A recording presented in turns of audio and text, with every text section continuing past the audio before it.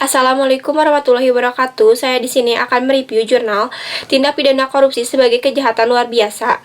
Tindak pidana korupsi merupakan salah satu bagian dari tindak pidana khusus di samping mempunyai ciri khas tertentu yang berbeda dengan tindak pidana umum. Undang-Undang Tindak Pidana Korupsi merupakan aturan yang memiliki sifat kekhususan baik menyangkut hukum pidana formal maupun material. Akibat dari hukum suatu tindak pidana yang tidak menjadi tindak pidana korupsi, antara lain lembaga yang menangani tindak pidana korupsi, sistem pembuktiannya dalam tindak pidana korupsi menerapkan sistem pembuktian terbalik yang bersifat terbatas atau berimbang.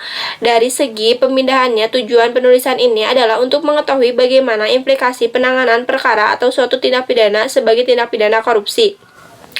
Akibat suatu tindak pidana menjadi tindak pidana korupsi, antara lain lembaga yang berwenang menangani tindak pidana korupsi adalah Komisi Pemberantasan Tindak Pidana Korupsi atau KPK, yang merupakan lembaga negara yang melaksanakan tugasnya dan wewenang bersifat independen dan terbatas dari pengaruh kekuasaan maupun, sehingga pembentukan komisi ini bertujuan untuk meningkatkan daya guna dan daya hasil terhadap upaya pemberantasan tindak pidana korupsi. Pembuktian dalam tindak pidana korupsi yang menerapkan sistem pembuktian terbalik yang bersifat terbatas atau berimbang, yakni terdakwa mempunyai hak untuk membuktikan bahwa ia melakukan tindak pidana korupsi dan wajib memberikan keterangan tentang seluruh harta bendanya atau korupsi yang diduga menjadi hubungan dengan perkara berdasarkan penuntut umum tetap membuktikan ancaman pidana berkewajiban dakwaannya terdapat